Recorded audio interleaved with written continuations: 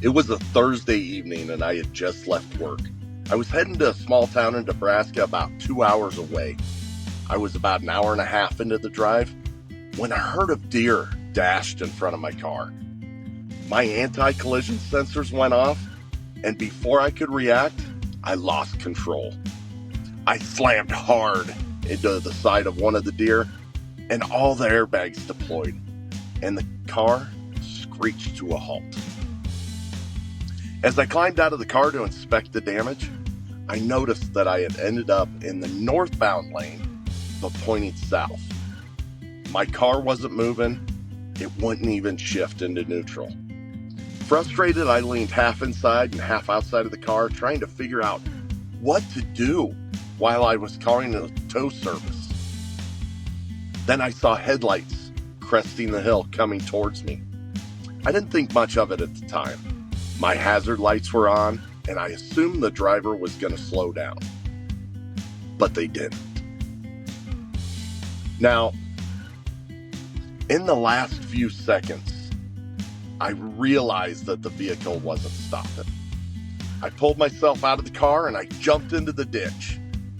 Just as this massive Ram 2500 truck, cattle guard on the front, slammed into my car at full speed.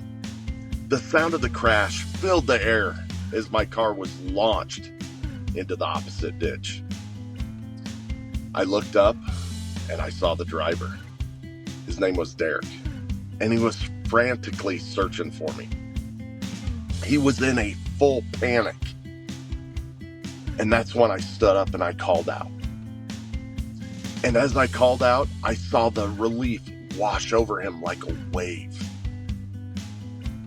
Now, he explained to me that the last thing that he saw was me half inside my car.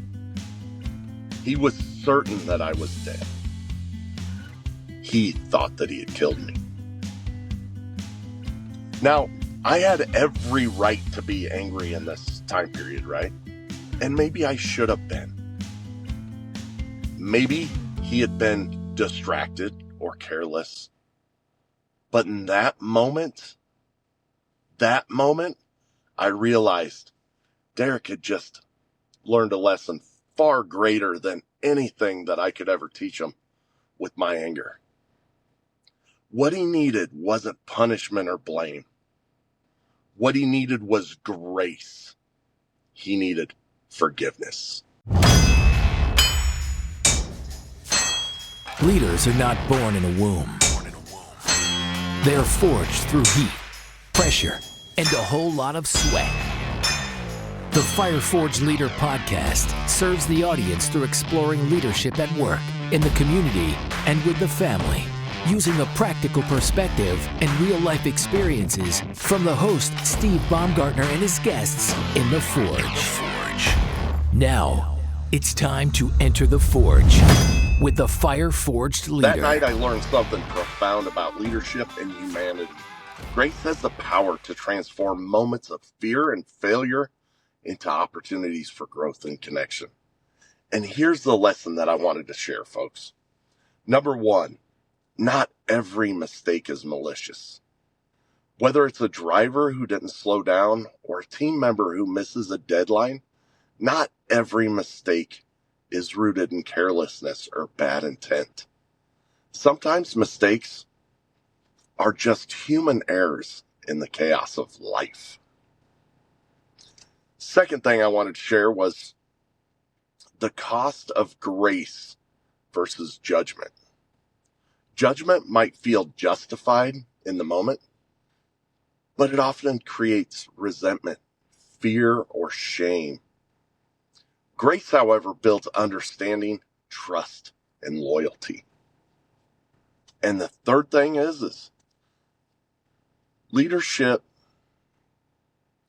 can sometimes be shown through grace. Leading with grace doesn't mean ignoring mistakes, all right? It means recognizing the humanity in others and offering a chance to grow and fostering a culture where people feel safe to learn from those errors that they make. Now, here's a 5-step framework how you can practice grace as a leader. First, let's pause and assess.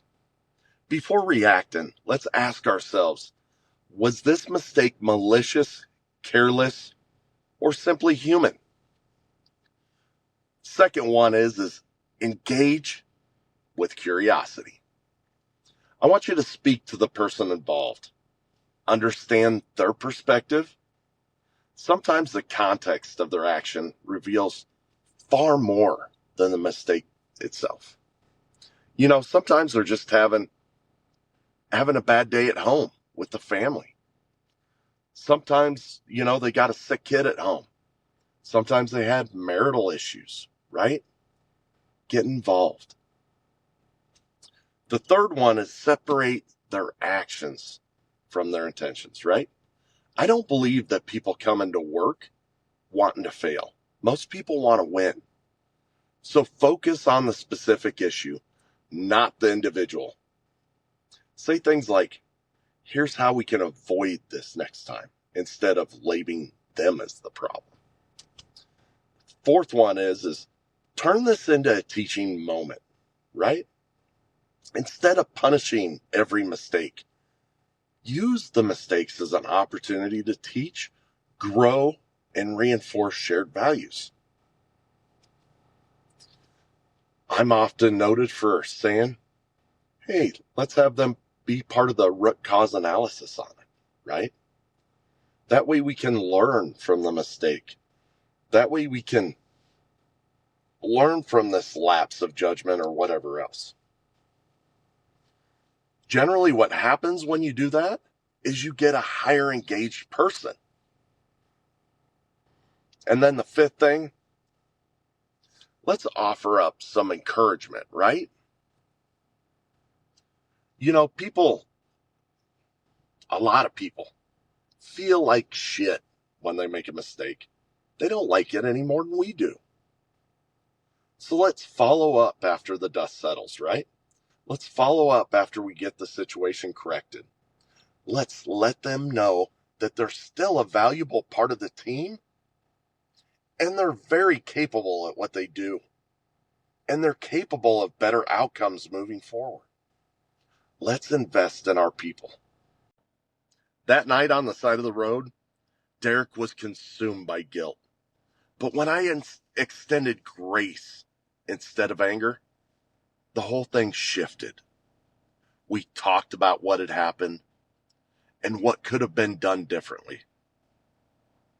But most importantly, he walked away knowing that he was forgiven, and likely at least a little bit more aware of the responsibility he carried behind the wheel.